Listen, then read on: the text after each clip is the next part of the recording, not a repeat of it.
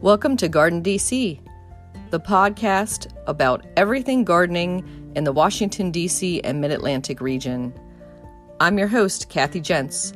I'm the editor of Washington Gardener magazine, and we're aimed at gardening enthusiasts, people who grow everything from edibles to ornamentals, natives to exotics. If it grows in our area, that's what we talk about. This week on the Garden DC podcast, I am joined by garden designer Carolyn Mullett, who has a Facebook community of over 1 million gardening enthusiasts. And a few years ago, she launched Carrick's Tours, crafting garden travel experiences. Welcome, Carolyn. Thank you. It's so nice of you to have me. Yay. And I have to let our listeners in on a little secret in that we only live a couple blocks apart from Yes, each other. we're So, actually using a cup and a string, yes, cups I and was going to string. say we could, I don't know, maybe by how the crow flies, be out in our backyards yelling back and forth. But It's true. for a listener better experience, we'll do it the old-fashioned podcast way.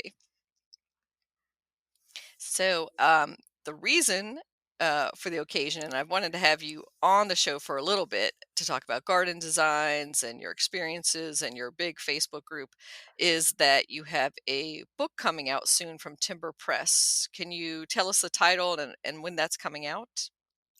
Oh, the title, it's very long, but the short version is the title is Adventures in Eden. Um, and it's a look into 50 gardens in Europe that are private and were mostly made in the 21st century. So, almost all modern gardens. Well, you could say they are modern in the sense that they're of our time, but some of them are traditional and some are much more modern. Contemporary is maybe a better way to look at it. Most of them Hmm. are a fusion of a couple of different styles, you might say. Some that look back a little bit, like a lot of them have topiary and hedges, which are very prevalent in Europe, along with a more naturalistic kind of planting. So it isn't modern in the sense that we sometimes think of it here in our Hmm. country. Um, it's a fusion. It's a plant rich. They're usually plant rich gardens, um, because that is what I think our era of garden design is about. Yeah, and I think the phrase modern garden might strike some listeners as, say, a very stark sculpture garden, maybe with boxwood hedges or other hedges in between, and then just one giant sculpture on a plinth and nothing else. That's Well, that's sometimes, yeah. I know that people think that way, and Hmm. so that's why I do think of them as modern gardens, but they aren't the kind of perhaps. I hope I don't offend landscape architects by saying this, but a lot of times landscape architects make spaces around museums or big commercial buildings or government buildings that are would fit that description. But these are private gardens. They're personal kind of havens, let's say, for the people that live in the house that's connected to the garden. And that's a great point that these are personal havens and not public spaces, although you had access to them. So maybe a little bit later in the talk, we'll talk about how you got access to some of these and or how you came across or found them. But first, I want to talk about you and your garden journey. And just let us know a little bit about your background. Were you always a gardener? Were you always into ornamental gardening? Did you ever grow edibles? I first of all, I grew up in northern Indiana, about 2 hours from Chicago. Some people may know, the toll road that goes across northern Indiana. I was maybe a half hour south of there. It's about a half hour, and lived out in the country, 4 miles outside of a town of 4,000 people. So very country, rural. Um, and until I was born, my family were farmers, and then my father got ill and he could no longer farm, and so he became a carpenter, and we no longer lived on the farm, but we very much lived like farmers. So we had an acre um, of a property that was an acre, and three-fourths of that was the vegetable garden, and then around the other fourth were my mother's flower beds. And so I grew up doing both. We canned and froze and butchered and almost all of our food for for our family of seven. Our neighbors were all farmers, so we got eggs from the neighbors and milk, and a lot of times they would be the source of our, we would butcher a cow for the meat or pigs, and it all sounds very quaint right now, if I'm sitting where I am right now, but that's the way Hmm. I grew up. There were four girls in the family, and we would, we all had to go into the garden and help mom, and we did, and we prepared all of the food. I mean, it was just that lifestyle. But when I shall I continue, or do you want to Yeah. let me stop? So, but when I was an adult and had my first property, um, well, let me backtrack a little bit. The whole time that I was living at home and had to help mom with her gardening, um, I really hated it. I resented it. I didn't like it. I never thought of myself as a gardener. But Hmm. when I got my first house, when I bought my first house, um, I suddenly, it just kicked in. It's like all those generations of nurturing the soil just took over. And I became a gardener very quickly. And I grew my own vegetables and I had ornamentals. And it wasn't until we moved from Indiana to the East Coast that I really got into gardening, because before that I had been a potter, and that's what I spent all of my working hours doing. And when we moved to Washington, it was I just couldn't get set up in the way that I was used to. I was used to a much less complicated oversight from the government, that kind of system in Indiana. And it just seemed very hard. And so I floated for a while and did this and that. And then as was approaching 40, I decided I just really needed to find what I wanted to do in terms of my profession. So eventually I went back to school at GW, and I went through their residential landscape design program. And since then, that's what I've been doing. Except One. I did retire 2 years ago, so Hmm. I'm currently not doing it. But that's what I spent most of my adult life doing. And so after the program at GWU, you were working for another landscape design firm, and then you started on your own for a while and had your own clients, Well, for correct? most of the, I think 28 years or something like that, I worked for design build firms in this area. Yeah, in the DC Hmm. metro area. So, and I tended to stay, 3 to 5 years, learn what I could from that firm, and then I'd move on to another one where I thought there was something that I could learn there. Because when you come out of school, you really don't have the skills to do the kind of gardens that I wanted to do. My eyes were bigger than my uh, my skill set. Let's put it that Mhm. way. And so I needed to learn about construction. I needed to learn about grading. I needed to learn about water features, all those kinds of things. And another thing, when we were in school, we really learned nothing about perennials. So I spent a lot of every project, thinking about what perennials would work here, what grasses, that kind of thing. Mhm. And that for listeners who are interested in that GW program, it has pretty much closed It's the closed.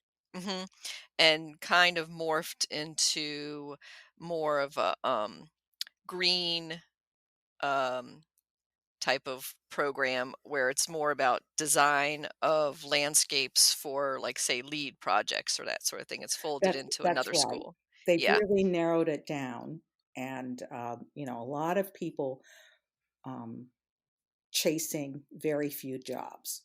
Mhm. There Yeah. just isn't that much in this area. Plus, you're then in competition with landscape architects from Mhm. other programs.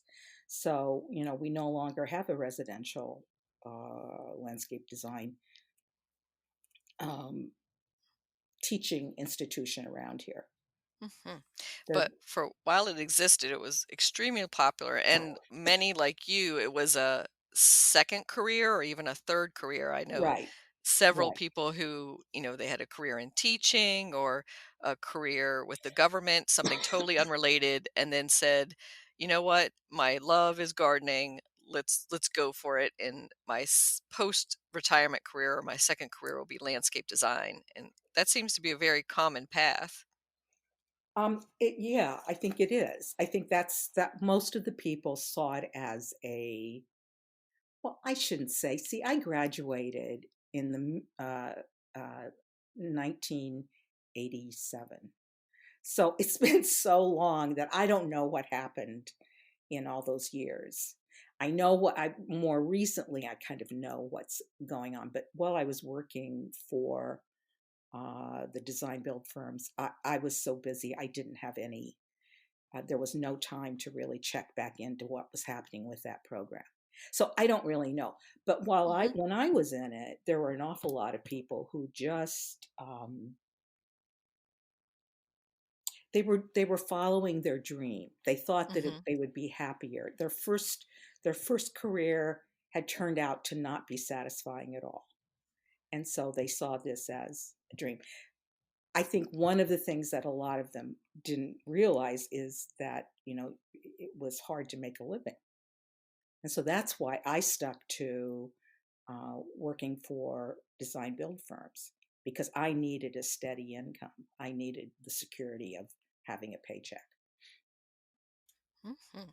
And when you did strike on your own, what uh, what led you to choose Carex Design as the name? What about Carex?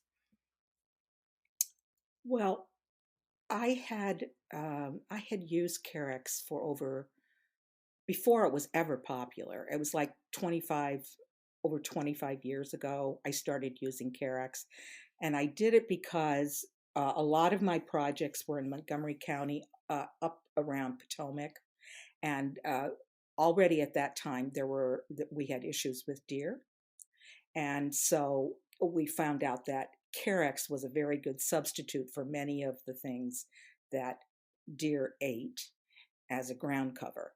And so I started using Carex at that point. There were only a few on the market. There was a very Hmm. small selection. But gradually over the years, it became more and more popular, and I used more and more and more of it. And I grew to really I felt like that sedge said a lot about what I felt about design. I liked a looser, kind of grassy look. I'd liked it to be just a little wild, not really wild. And so Carex seemed like a plant that if I was going to identify with anything, it would be a good point. On top of that, it was a branding issue for me. My first name is, Carolyn. So CAR is the first three letters of my name, and that's the first three letters of Carex.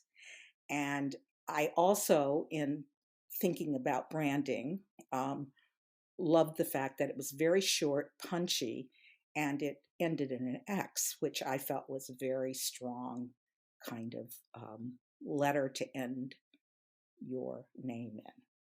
So those were the reasons. Nice. Well, it's nice to know that there was a lot of thought behind it. Sometimes I see branding out there that I feel is almost random. And so, well, it's nice to know that there's some actual connection and personal thought. So that branding carried over into now your Carex Garden tours or Carex tours. Right. Well, I decided that in order to, I knew I was going to retire soon when I was trying to figure out how to start Carrick's Tours. So I decided that I wanted to carry the name over. It would just be an easy transition to, when I stopped doing the name of my company was, my design company was Carex dot dot Garden Design by Carolyn Mullen. So then I just took the first name Carrick's Tours, which was again short and punchy. And I hoped it would say something about a kind of plant centric, the kind of tours that I wanted to give were plant centric. Um, but I found out that a lot of people didn't know Carex, as a plant. And they Yeah. said, where does that name come from? Or we would be in a garden Hmm. and I would be talking about, well, here's Carex so and so. And they'd say, is that what the name came That's what from? I was gonna ask you is if people asked you if it was a type of, half your name, half another name, and that they would not even be familiar with the plant itself. So that's at least a good education once it comes across to them. Yeah, that's But true.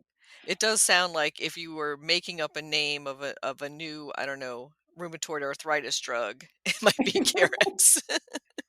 Listen, I saw something like that yesterday, and I wish I could remember it now, but it was something like it was some kind of medication, Carex something for, let's say headaches or elbow pain or something. And I just went, whoa, that's just so interesting that that they're using it in all other ways. I think it's a very good name for products. Hmm. Yeah, the care part obviously is what they're relying on. Right. um, for that. So, with your garden tours, you mainly take small groups, correct? And almost always to a European location. So you're not doing any in the Americas, correct? Well, I haven't so far, but see, Mm-hmm. I only, well, until 2 years ago, I was designing and I was doing tours. So I was so stretched that I couldn't think I could only do a certain amount. I could only do 3 or 4 tours a year. Now that, um, now that I'm, I don't have the design work to do, I plan to expand the company, and I've been taking small steps in that direction, which, COVID has kind of uh, Mm-hmm. pushed aside plans for a year, but that's okay. We'll manage to get back on track. And then I hope to do tours in the U.S. as well as I want to go to South Africa. I want to go to Asia, Japan. I want to go to New Zealand, Australia. I'd love to go to Korea. Lots of interesting garden stuff happening Mm-hmm. in Korea. So it will not only be Europe in a Mm-hmm. little while. I just can't say exactly when. Yeah, and once we can travel again, but at least with this pause, you're able to get a little more research and planning in. But when you plan a garden tour and put one together, do you do a scouting mission in advance to the actual locations, or is it done internet, or do you do a combination?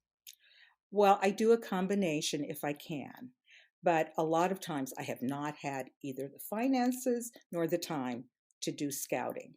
So I do. I'm always uh, you know, every day there I run across gardens that I want to remember, and I have a filing system on my computer where I it's by country or by region within a country, and I just drop a screenshot of the garden in there, and so that if I decide I want to go to Scotland, then I go to that file and I sort through what I've seen that I think is worthwhile, and that's my starting point. If I haven't been there yet, and then the other part is that I have a partner in Europe. It's a Dutch company um, that has been in business for almost 40 years. And uh, Bert, the owner of the company, is very generous with his advice for me. He tells me what he thinks I should check into. He thinks, that he sometimes he puts together an itinerary and then I edit from there. I'm interested in different things than he is. He likes more traditional gardens than I do. And I want to set myself apart as being a little bit more contemporary. But we do, he's constantly on the lookout for gardens that would be good for my tours. He now knows what I want to do, what the kind of gardens that I want to have on my tours. So that's how I do it. And then I read everything I possibly can. I get magazines and newspapers, from mainly England, in England, the magazines cover the whole continent. I mean, they don't just cover only English Hmm. gardens. So I get a lot of information from that.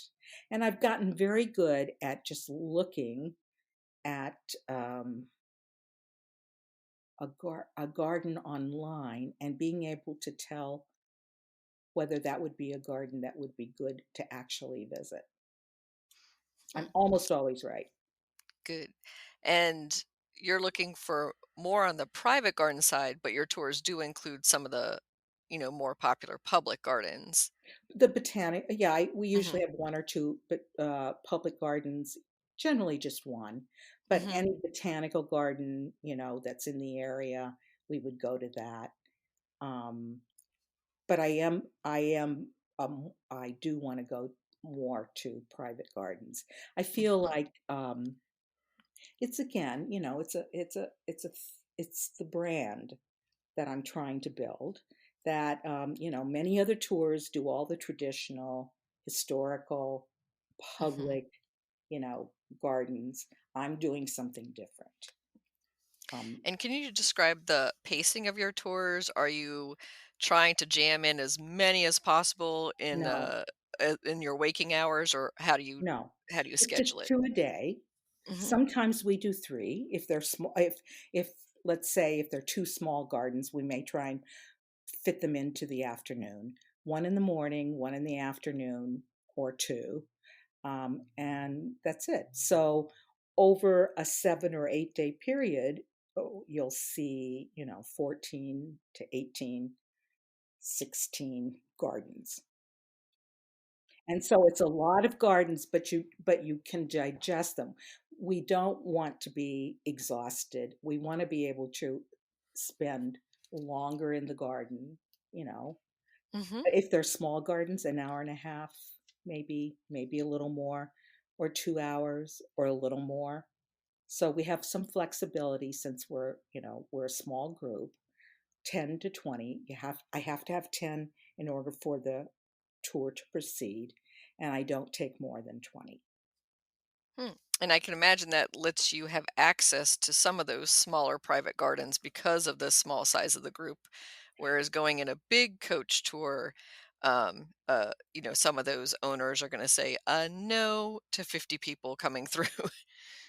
I don't know about that. It could Hmm. be that they say that, but I think the people that open their gardens are doing it one because they feel that they have a garden that's interesting to others, and they you know they open it for that reason, kind of to get strokes for themselves, which is very nice. And then the other reason is that they're trying to earn income to pay for the garden. So they charge per person or per coach. Sometimes they charge that way. And so I don't know that they would care so much if it was a large group or small group. Hmm. Um, but Interesting. it's an income making proposition for them. That doesn't mean that they aren't really wonderful owners or anything like that. Hmm. They're some of the nicest people that I've ever met. Um, but they do have these considerations, and I think Hmm. they're always happy to see coach parties, and I doubt that they limit the size. Mm. And getting back to the pace of a couple gardens a day, you know me, Carolyn, that Uh-huh. I'm kind of like I'll sleep when I'm dead, and would tend to rush through and want to cram in 10 gardens in a day. But then your point is very valid that you do get kind of overload and exhausted, and you Hmm. can't even digest what you saw, um, to be able to even go back and look at your photos and say, "Oh, that was that garden," and the experience of it. So there's a lot to be said for taking it at a slower pace and giving some space, for your brain between those. Yeah, I think I think if you haven't been on a garden tour, um, you're you're you're maybe thinking of the visiting gardens that's done at conferences and things like that. They're trying to jam as much as they can into 2 days.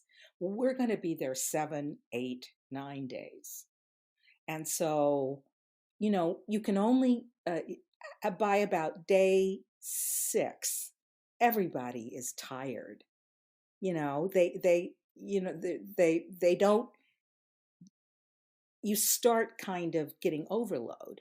So that's why it's really important not to jam everything in.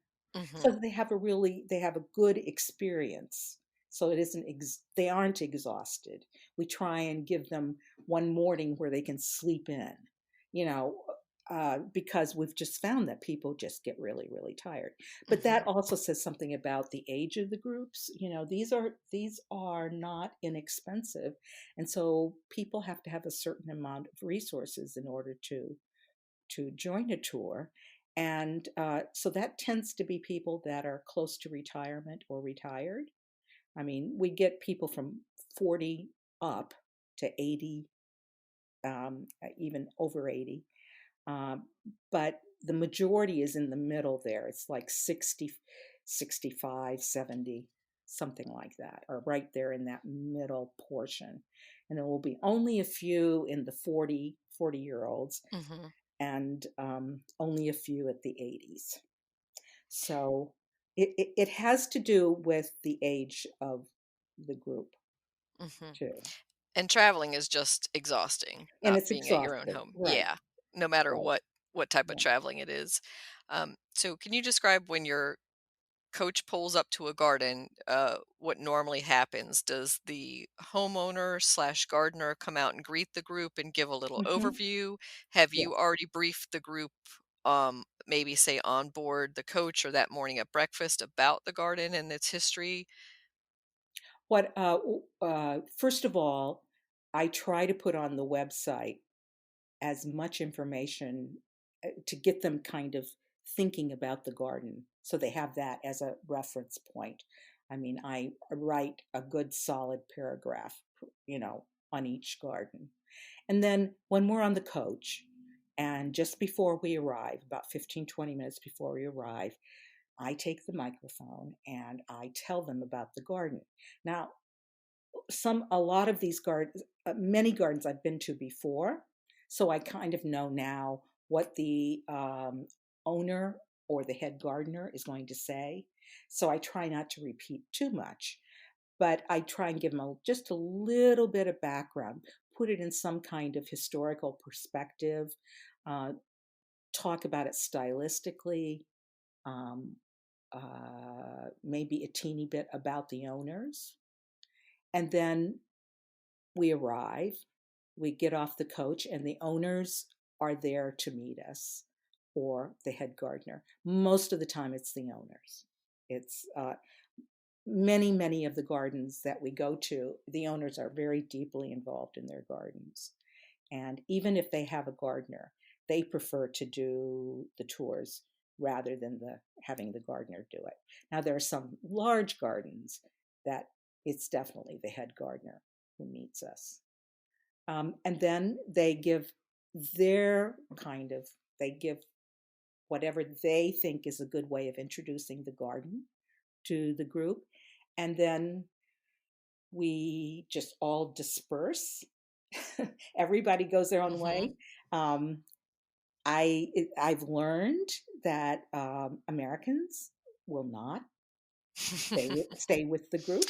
They will not, Exactly. Yeah. and if we have the owner go through with thinking that they're going to lead the group through, it's kind of Hmm. embarrassing because everybody, six people are over here taking pictures and Hmm. three or four in that direction. Some are running ahead.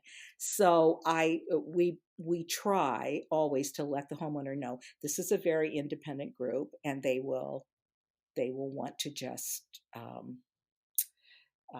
go their own way. Hmm. And if you could be available in the garden in case they have questions, that would be nice. So that's the way it usually works. And so they come back and they're asking the owner, um, about various things. And the owners have special things that they want to point out to people who want to follow them. So it's, does that answer your question, Mhm. Kathy? Oh, Do you have a sense perfectly. of it? Yeah, that makes sense that especially and so true about American that it's like herding cats. Somebody gets It is. distracted over there and then they're like, "Ooh, what is that allium over there?" So I can imagine that a lot of the questions are probably about specific plants and ID Yes. questions. And especially, because in Europe, there are so many plants that they have that we do not have, or that we have only, we may have one or two that is available to us of a particular species. And in Europe, there'll be 15. And so, you never know quite what you're looking at. So, I've learned to know a lot of the European plants, and usually there's one or two people on the tour that are real plant nerds and they know an awful lot. And so we, kind of turn to them for some information sometimes. And then also, my favorite, let's say, partner on these tours is a Dutch guy from the tour company that I partner with in the Netherlands, and he knows a huge amount about plants.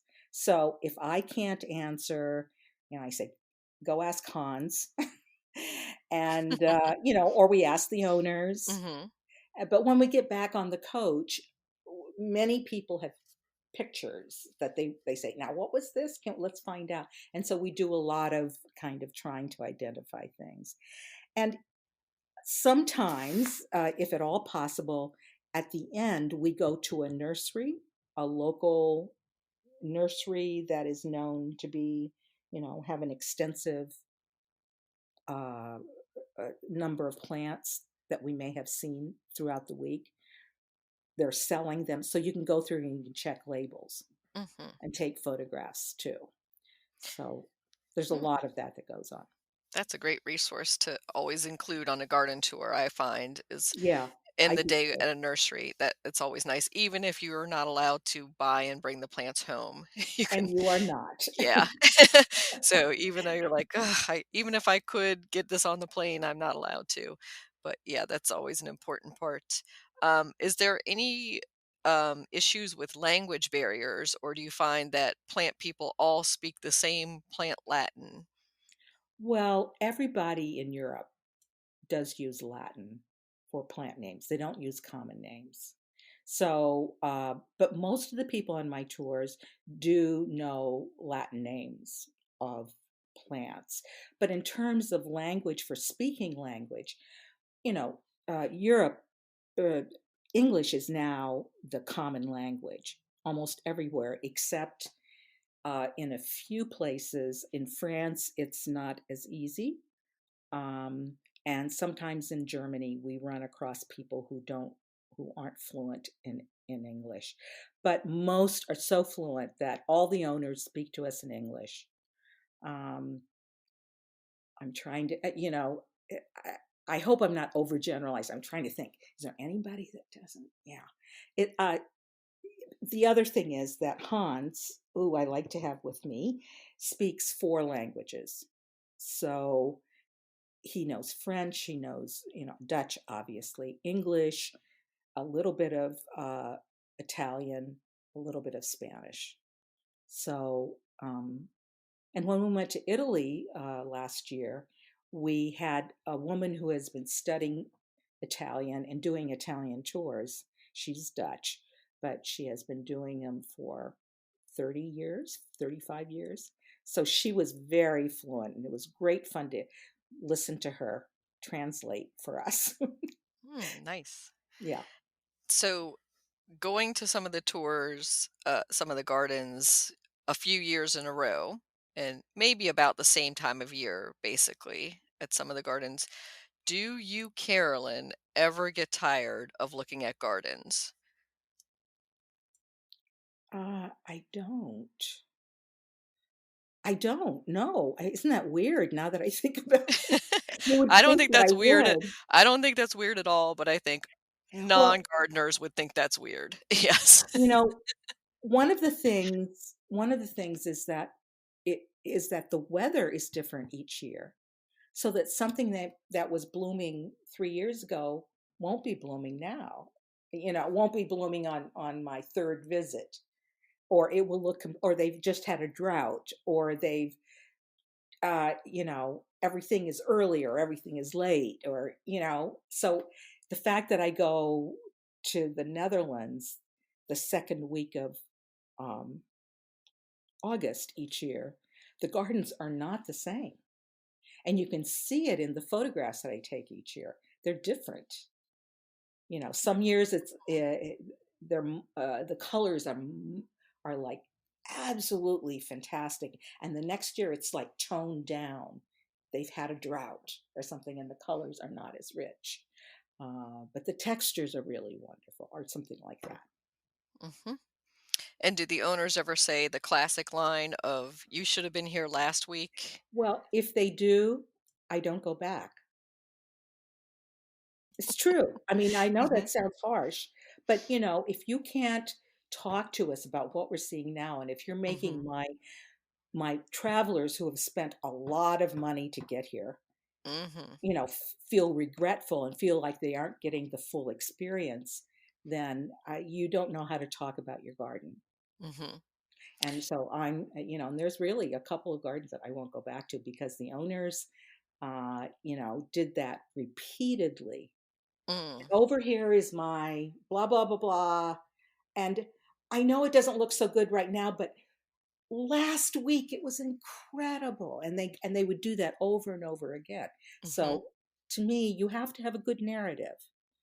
It is a bit of a show, but I, and if you don't have that narrative, I'll be patient a little bit, but otherwise, I don't want to go back to a garden where somebody um, is not does not show that they are happy with their garden. Mhm. So, it partially is, I'm sure, insecurity, but also inexperience. Inexperience. And I've debated, whether to write to those people and say, you know I don't know how I would say it. That And that say, it "Live was, live in the moment. There's something to find yes, in every live in the season." moment. Yeah. Right. Stop making excuses for the past. So, you gotta entertain and do it, as best you can that day when you woke up that day. Yes. So moving on to your Facebook community, Yeah. I would describe it as a curated experience of garden tours, but done through a Facebook interface. Is that how you think of it? Gosh, I didn't think of it as garden tours, but maybe it is. I do think of it as curated. You're absolutely right. Actually, when I started the Facebook page, um, I I first just showed my own work, and then I got very bored with that. And so I decided I wanted to show gardens that I thought were good. Because, in any designer's life, you're caught between what the client wants, what your climate is, Mhm. what your community ethos is about design, and it's never as much as you can imagine. I mean, you would love to have some freedoms or some other kinds of situations than you do have. So I started showing other people's work, and my it's really a celebration of garden design by professionals and by homeowners. So I'd say, maybe 60-40, 60% professionals and 40% homeowner designed gardens.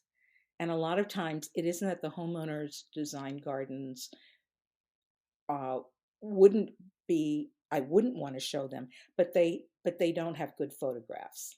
And Mhm. that's one of the things I insist on.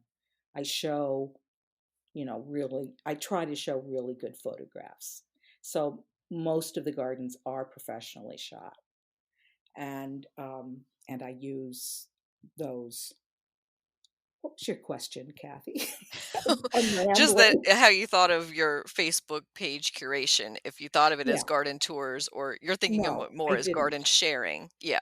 Yeah, what I Mhm. was Sharing trying the to best do work. when I first went on to Facebook, I was fairly surprised at the way that garden designers were showing their work. I didn't think that they were showing it, showing work that could stand up to the work that other professional designers were doing in interiors, landscape architecture, that kind of thing. And I felt the reason is because they weren't taking the photography seriously. I really felt that they could have done better. And so I decided, you know, there's so much great work being done out there, but it's people have to up their game. And so with the photography. So that's what I Mhm. was really, that was in the back of my head. It isn't so much in the back of my head now, but Mhm. at that time it was. I thought it was just really important that we become more professional. And um, so that's how I started. And that's what first attracted all the Europeans to my page. Um, that it was that I was showing professional work and showing it well. Mhm. And you're sharing, great gardens from all over the world. I do, Yeah. yes. I show all over the world. I mean, I've got mucho folders of uh, for designers from all over. Mhm. There are countries that I would love to see more work, but they are not online, so I Mhm. can't. Like South Africa is just now beginning to have its designers online. But up until now, it's been almost impossible to find good photographs. And what do Um, you find that the people who follow your page are most interested in? well, it changes. Mhm. That initial, when my page was really growing, growing, growing every night. 1,000 to 1,500 uh, more followers. I mean, that was over a year and a half, 2 years. And that's how I got up to 1 million. Um, uh, you know, that was a more professionally interested group. Now, it's more uh, home gardeners. You know, people who want to find inspiration somewhere or love looking at pretty pictures of gardens Mhm. or want to be inspired by some little design trick or design feature or element in a garden, and they that's what they're looking for, and that's what they seem to enjoy. And do you think COVID has had any impact about how people are spending time online and what their tastes are now? Uh, I haven't noticed it. No, I mean um, what affects my page more than anything else is the algorithm. The Facebook algorithm has changed a number of times in the years that I've been doing this. Mm, And just let's see, I'm trying to think. Oh, I probably have it written down somewhere. But just in the last year, it changed again to the advantage of my kind of page. hmm, So suddenly there was this leap in how many people were on my page every day. Um, you know, so let's say it was 800. Let's say I posted an album about a garden, it would get 800 likes before, and now it's getting 3,000. So, and that has nothing to do with anything different that I'm doing. mhm, It's all to do with the algorithm. And there yeah. was a time when I had, now, I don't know whether you're interested in this, Kathy. Tell me to stop if you, No, go on. well, um, in the first phase, when I was having so many followers, um, sometimes my posts would get, they would frequently get 15,000, 20,000 likes, and sometimes would go up to 35,000. And then I remember so clearly when it happened, it was May in 2016. And suddenly it dropped to like four or 500. And it didn't matter what I did. I couldn't Yikes. figure out Yep. what was I Mhm, doing wrong. I wasn't doing anything wrong. mm-mm. I thought about doing ads or what do you call it when you boost your post? Yeah, push it And or boost it or pay to boost I did it it. maybe 2 or 3 times, and then I said, this is I'm not gonna do that anymore." So I Mhm, stopped. So, everything else other than those few boosts that I did is completely organic, and it all it is that the algorithm changes mhm. Which it could change in, a split any second minute. tomorrow. Again, yeah, That's Facebook right. has all the control, but, Yeah. um, there are certain pages that I make sure that I check on every day whether they show up in my feed or not, like, Mhm. because sometimes they don't show up in my feed, and, every day I might comment or like something on that page, still doesn't show up in my feed, so who Really knows? Who knows the Facebook algorithm? Yeah. weird. So moving on to your book, I Okay. realized before we didn't talk about actual publishing date. So when is it due out? Oh, Kathy, I just found out yesterday. Oh god. It's been pushed again. Oh This is no. the 5th time. Hmm. So now the publication date is November 24th, but I'm not even sure it'll be then. Okay.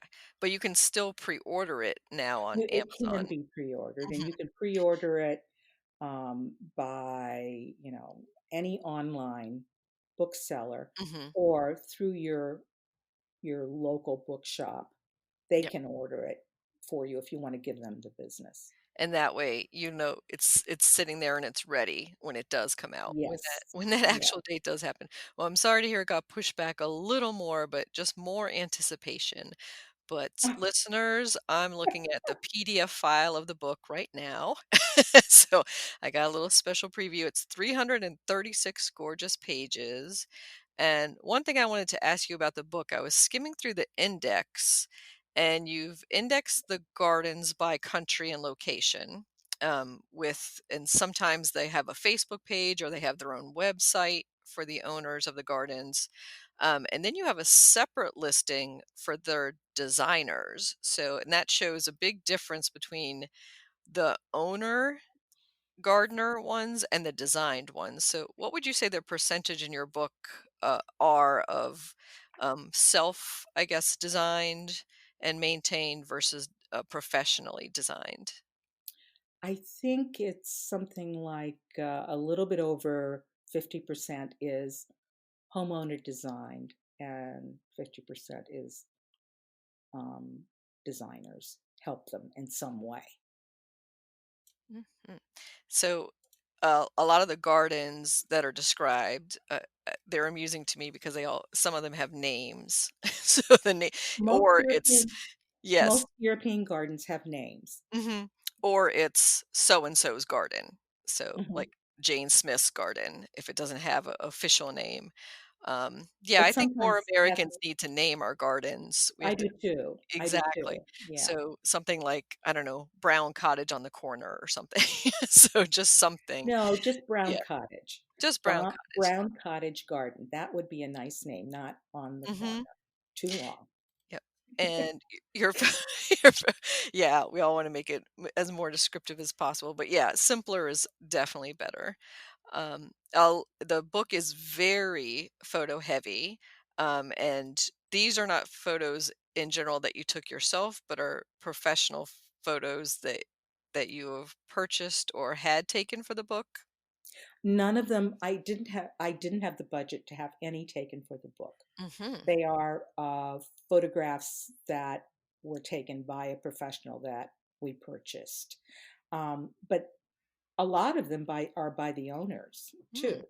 You know, it isn't all professional mhm, photographs. I did take a few, but not I didn't, I felt the ones that I had taken, you know, I take photographs on the run on a tour, so mhm, it's not at the best time of day. They're not the best photographs that one could take of that garden. So, and professionals are able to be there at really optimal times and take, as are the owners. mhm. And so the book is organized by country and then goes through the Mhm. gardens. Did you consider other ways of organizing it? No, Hmm. that seemed the logical way to do Hmm. it. Like by style or anything else, but yeah, by going No, through each well, country. Hmm. you may have missed, but in order to get into this book, you had to have your garden open to the public at least one day a year. Mm, okay. So, and most are open more than one day a year. I mean, some are open all summer long, some are open every weekend during the summer, that kind of thing. Some Hmm. are open, like uh, with the country's garden days, open garden days, Hmm. which may be 6 times a year or something like that. So they it, it was a it, that that was one of the main things that I was looking for. So there were a lot of gardens that I eliminated because they didn't have that. Hmm. So that were I the mean, ones my that were list was totally private. longer, was much longer, but that was the way that my editor and I decided was a good way to, be able to narrow it down to 50. Hmm. And did you have a B list of gardens that you're like, this will be the next book? Oh my God, no. You're like, No, "One and done, one and done." yes, one and done. Uh, No, this was a difficult enterprise for me, mhm, and I really, uh, it was hard enough to finish this. So, mhm. I hear that, a lot from book authors that, it's like giving birth to a child, that it they're, is. It uh, is.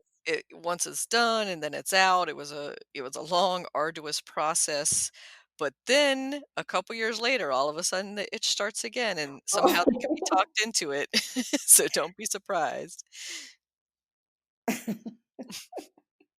So, I know this is like asking one of the hardest questions possible, but from the selections in the book, do you have a personal favorite? A garden that you would say, this is the one that has my heart? Well, it wouldn't be one. How about a top 3? How's that? Okay.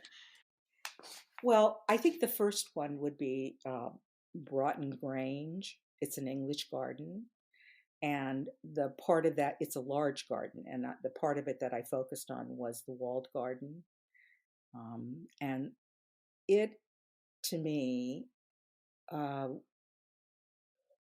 is a wonderful example of a 21st century garden in England. So, you do have the walled garden aspect, which is very English, giant 10, 12-foot walls.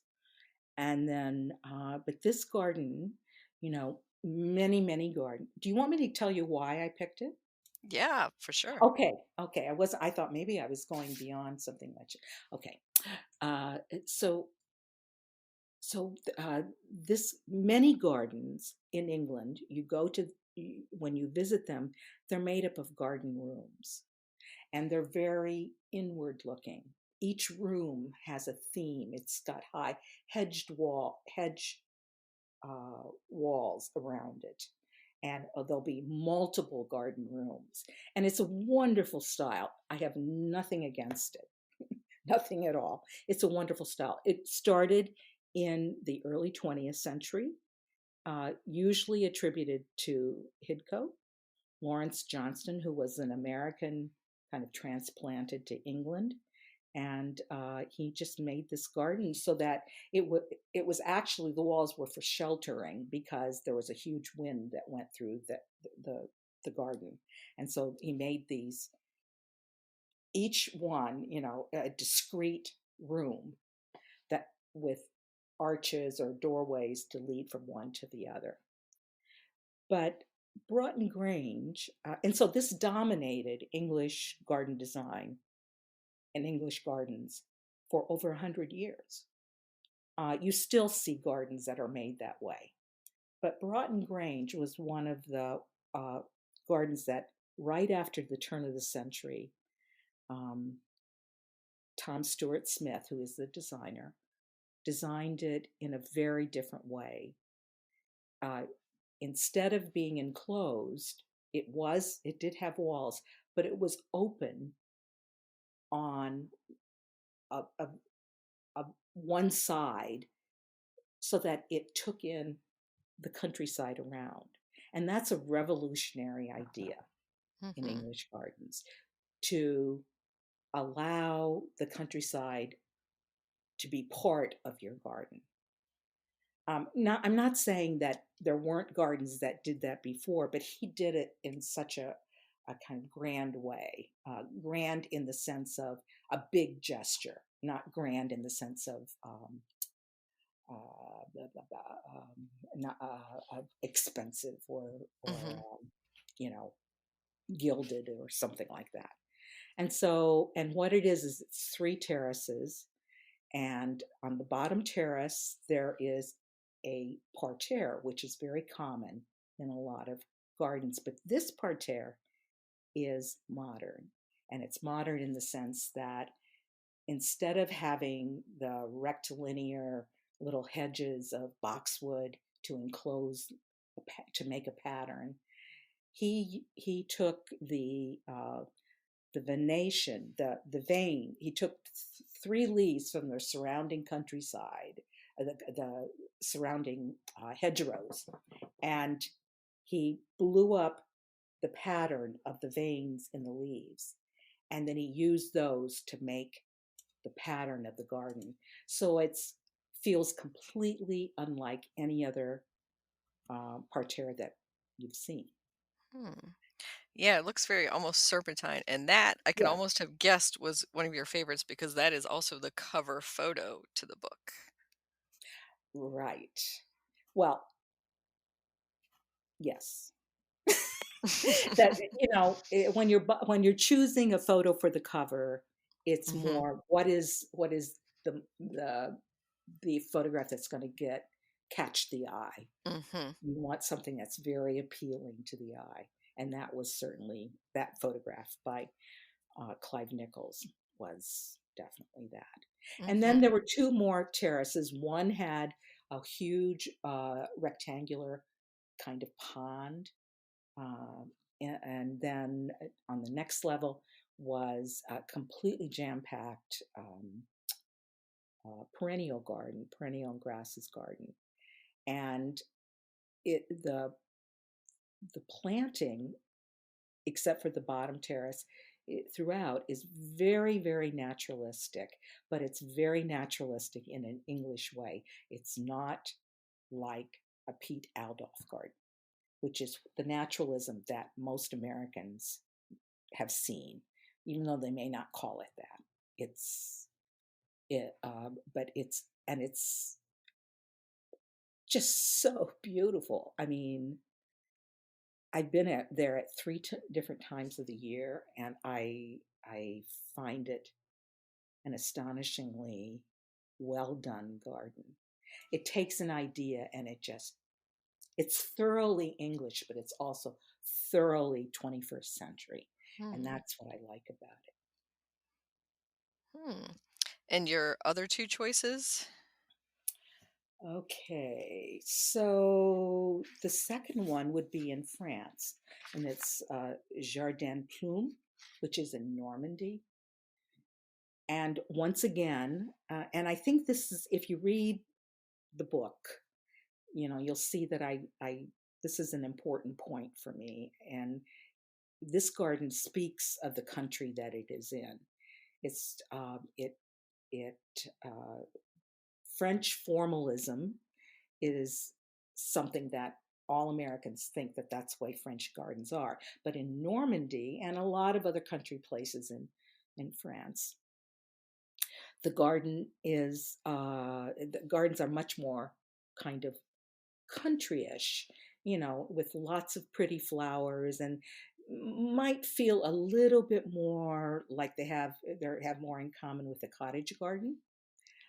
Well, uh, Plume takes that idea of relating to the countryside and puts on top of it a French formal kind of structure, so that there's a grid. It's completely modern or contemporary. I have to be careful how I use that word. It's completely 21st century, but it does have those aspects. You know that you're in France. And I think it's a wonderful marriage of those two things. It's out in the country. There are cows, grazing in the fields around. All around it is farm fields, and it's completely open to the farm, to that country atmosphere. And yet, it's a very structured kind of environment. They have a the main part of the garden is an orchard that was there when they came, and they put overlaid on the orchard a grid of like wildflower meadows. So that's it's a patch, a square or a rectangular patch of meadow with mown paths in between. And it may not sound that powerful, but when you're there, it really is. It's like um, that you're within a world that has taken into account the culture that it is in, and has done something fresh and exciting with it. Hmm. Okay, now you want a third, don't you?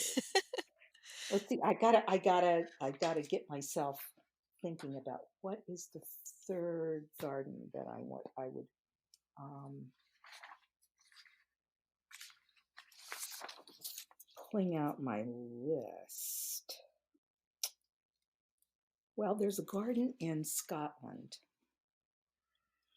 where the owner, it's called Whitburg House, and it's kind of an old mansion, uh, um, not a castle, a mansion, and it's out in the country and has views across beautiful fields and countryside. And then away from the house is a walled garden. When the current owners moved in, it had really been deteriorating for a long time. And so the, the wife wanted to make a garden. She hired a gardener and they set out to make something that she would feel happy with. And she first designed what would be called, a kind of standard English garden with double borders, you know, where you look at the planting from the outside. You don't go into the planting. There are no paths going through it. It's like a display. Um, and she finally got all of her plants kind of, the way she wanted them. And in the summer, they have terrible winds that come through, Scottish winds. She says Scottish gales that come through. Hmm. And it was just when her tallest plants were starting to bloom, and it just flattened everything. And so she thought at that point, I've got to do something. I've got to figure out, I can't have this kind of garden here. And she was heartbroken. And so she started investigating and gradually, eventually started traveling. And she started seeing gardens that were both in England and on the continent that she found, gradually found inspirational and got an idea about what she wanted to do. And her garden is, again, like Broughton Grange, it's got formal elements, but it's also very naturalistic, only it's naturalistic in her own kind of way. So that there are there's a water um, pond, water feature that is just very solemn with apple trees growing on the edges, which is very beautiful. She has a vegetable garden that she thinks is absolutely wonderful. Um, she has, do you know what hedges on stilts are? Mm-mm. Okay, well, it's a way of hedging that allows you to have screening up above, but down below it's open to the sides. So when you walk in through some really huge gates, and she has a double row of these hedges on stilts, so that you can't really see everything, but where the trees trunks meet the ground, you can kind of see through to the other gardens. And so it's got this very formal entrance. When you get to the end of it, it's a grass garden, very wild. And because it's very windy there, when you go, it's like the wind is blowing everywhere, and it has this. It's like control and then release, control and then release. And then in her very naturalistic with garden, which is just beyond the hedges on stilts, it is a kind of um, it's naturalistic. It's got grasses, but it's also got elements like a um, a parterre that's totally kind of taken apart, so that it's completely loose and fluffy and colorful. Uh, but it's got uh, that the four quadrants of a parterre, and but it's got lots of things like nepeta and purple leaved plants and perovskia and all kinds of grasses. And it's this combination. Again, I think I described it well when I said it's this control and then release, control and release. Hmm. It's a feeling that you get there, that someone has expressed themselves in a very artful way. I asked her, what is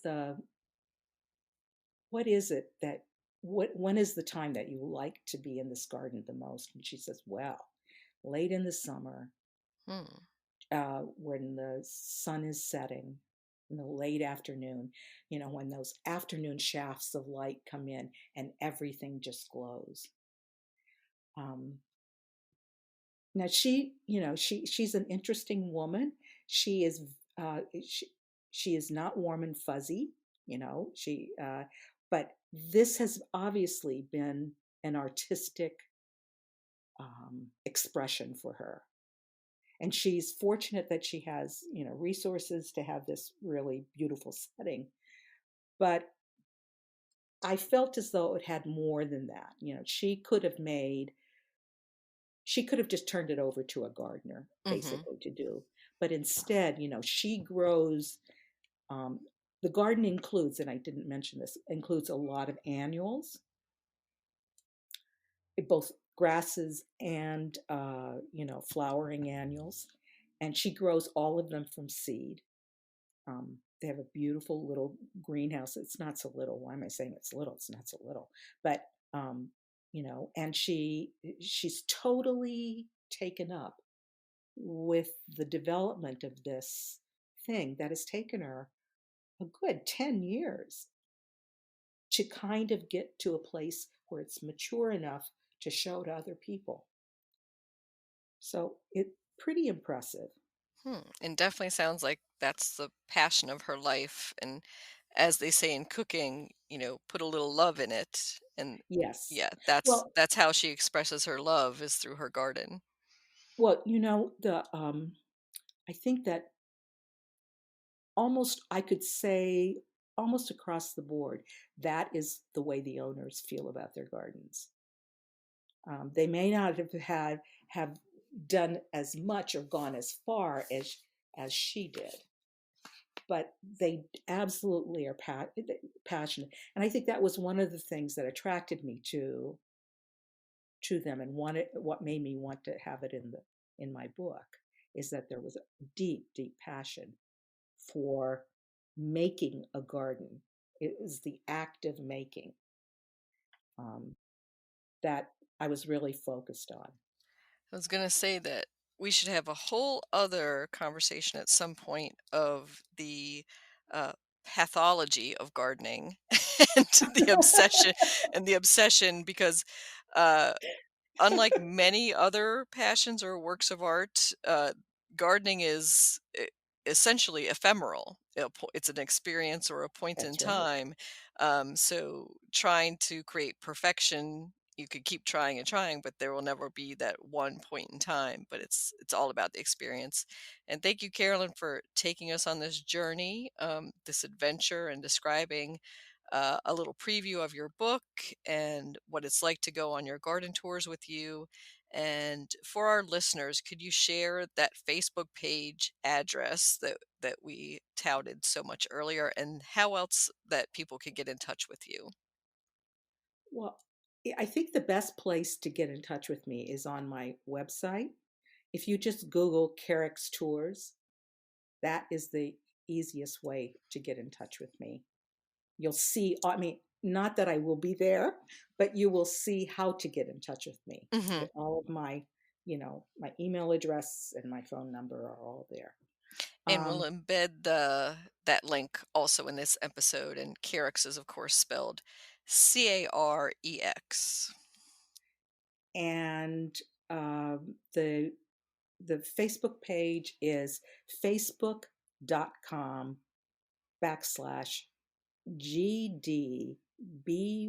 facebook.com/GDBYCM. And what that stands for is Garden Design by Carolyn Mullet. All right. GDBYCM. And if Excellent. you Google Carolyn Mullet, it will come up. Hmm. Well, thank you again, Carolyn. You're welcome, Kathy. This was very nice.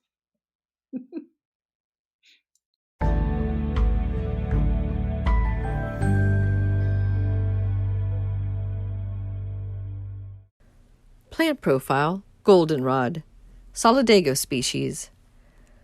Goldenrod is falsely accused of causing fall allergies as it blooms at the same time as ragweed, the real culprit. It is also an easy-to-grow plant that many home gardeners treat as a weed or ignore it for its commonness. However, goldenrod has much to recommend it. It has late summer into fall color that lasts for weeks. Pollinators love it, and it grows without any care from this gardener. What more could you want for a back-of-the-border perennial?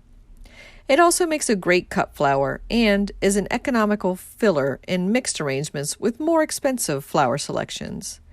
It will self-sow vigorously, and that means weeding it out between pavers and other places where a tall plant cannot be allowed to remain.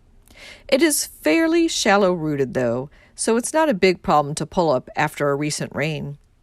You can also prevent rampant reseeding by cutting off the flower heads after they are past peak and before they spill their seeds to the winds. Most solidago species originate in the meadows and open woodlands of North America. There are better behaved cultivars of goldenrod available that are more compact, have showier flowers, and behave less vigorously than the straight species. They include golden fleece, gold rush, and fireworks. Goldenrod are not picky about soil types and do not need fertilizing. They do need full sun to do their best flowering. Like many other perennials, the best times to divide or move them are in spring or fall. Goldenrod, you can grow that.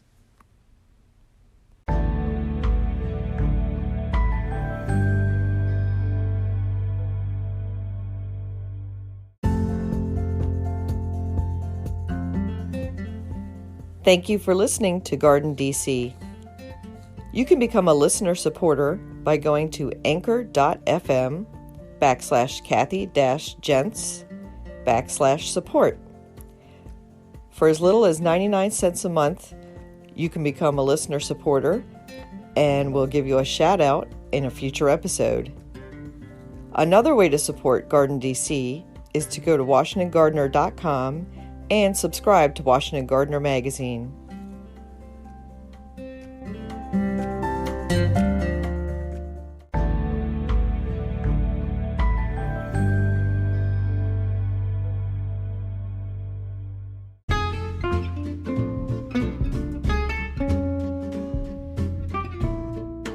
For this week's What's Blooming in the Garden, I thought I'd share a sweet little native plant that is blooming its little head off right now in the garden. Gives a good 8-week period of bloom, which is so nice to see in a little native meadow plant, and that is Conoclinium colonestinum. And the common name is wild ageratum or blue mist flower. Some know it as blue boneset, some know it as wild ageratum or just mist flower. To make it even more confusing, the Latin name was previously Eupatorium colonestinum. So that's commonly known. Most people know it as blue mist flower or mist flower. It has these pale purple little ageratum-like flowers, but it differs from the annual plant ageratum in that it can get pretty leggy. You do want to plant it amongst things that can support it or give it a bit of a shearing back in late spring so it doesn't get as leggy later on. It will naturalize around by both rhizomes and seeds. It prefers full sun, a little bit of shade can be tolerated, but it definitely likes moist, humusy soils. So the edges of ditches or rain gardens are a perfect spot for it.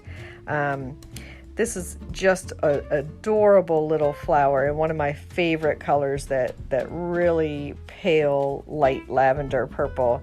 So I recommend it for your fall garden in areas where, say, you want to edge a bed or have something freely seeding amongst a little wildflower garden or cottage garden. That's a perfect choice for you. The blue mist flower.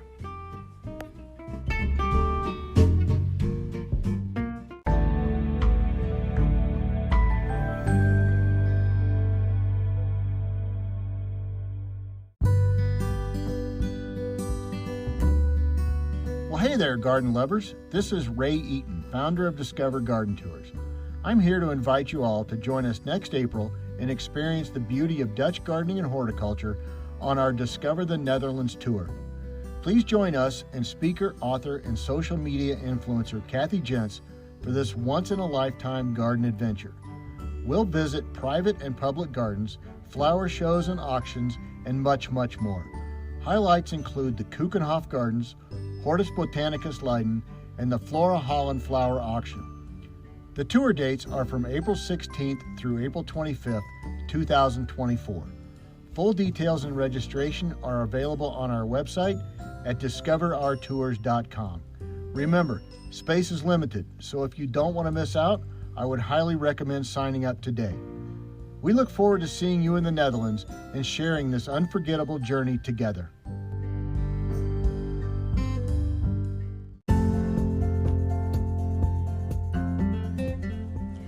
You can find Washington Gardener online at washingtongardener.com, on Twitter at WDC Gardener, on Instagram at WDC Gardener, and on Facebook.com at Washington Gardener Magazine.